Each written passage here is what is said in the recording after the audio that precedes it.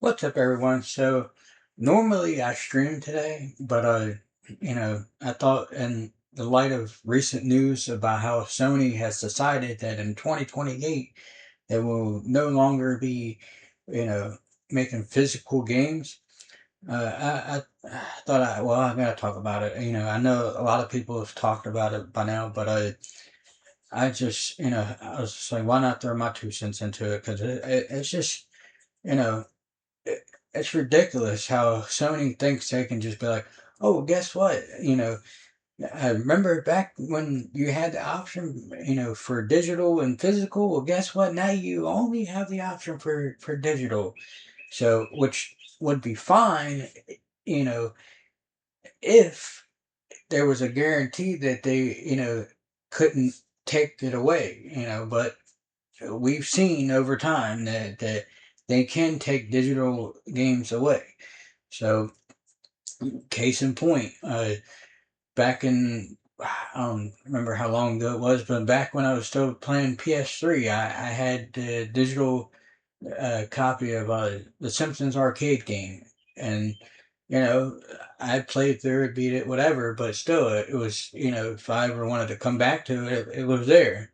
But then that was until I guess the licensing, ran out on it or expired or whatever, and they delisted the game. And because of that, I can no longer play the game.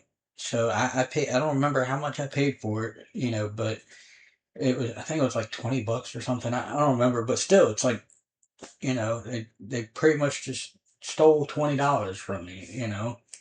So that's the problem I had with digital only. So not only that, but you know, there should never be like a forced, like, oh, you can only buy it digitally. There should be always that option of either physical or digital. Like if you want to buy it digital, go for it, have at it. But if you want to, you know, uh, you know, have that option of buying the game on disc, you should always have that. So, and I'll admit it, the last game that I bought, I haven't been buying too many games lately for financial reasons, but that's a whole nother thing. But uh, the last game I bought was digital, which was the Resident Evil Requiem when that came out. But and that was just what was it, back in February? I think it was when that came out, January, February, something like that. But yeah, and other than that, like I haven't really bought any physical discs. But again, like I said, it's always good to have that option. So because it's like this game, have this, and they can't. Sony can't just be like, oh well, guess what? You see this disc? Well, it's ours now. Like no, I bought this with my own money, and they can't take it. So that's the thing with physical. It's like and truthfully, had I, had the foresight that everything was going to be like this in the future, I probably, wouldn't have sold, traded in all those old games that I have. I mean, yeah, technically I could still access them on, on emulators, but that's a whole different ball game. But it's not the same as having physical, and it's like I feel like at this point we pretty much took for granted, how cool physical media was, and now we're seeing that, yeah, you might want to keep holding on to all your physical media because, yeah, the way Sony's going, and then apparently I heard Xbox just announced they're doing the same thing where they're going to make it digital only. Yeah, it's not looking too good.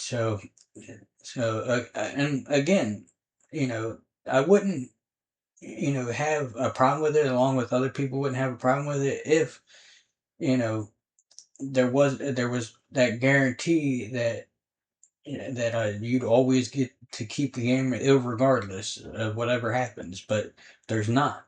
And they, again, like I said, they've shown that they can and will take the game away. So you technically don't own the game. So you're just like basically renting the game from them. And for however long until Sony decides to either pull the plug to where you can't re-download it or play it again, or if they again the licensing runs out and they have to delist the game, and so they take it away from you that way. So yeah, it's not looking good. So, and truthfully, from what I understand, Nintendo kind of started this trend with the Switch 2, with the whole game, keys or whatever. It's basically the same thing. You just, buy the game.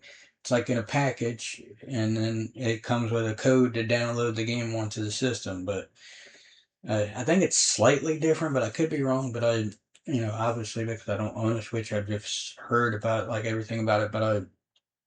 But still, it's like I said, it's not looking good.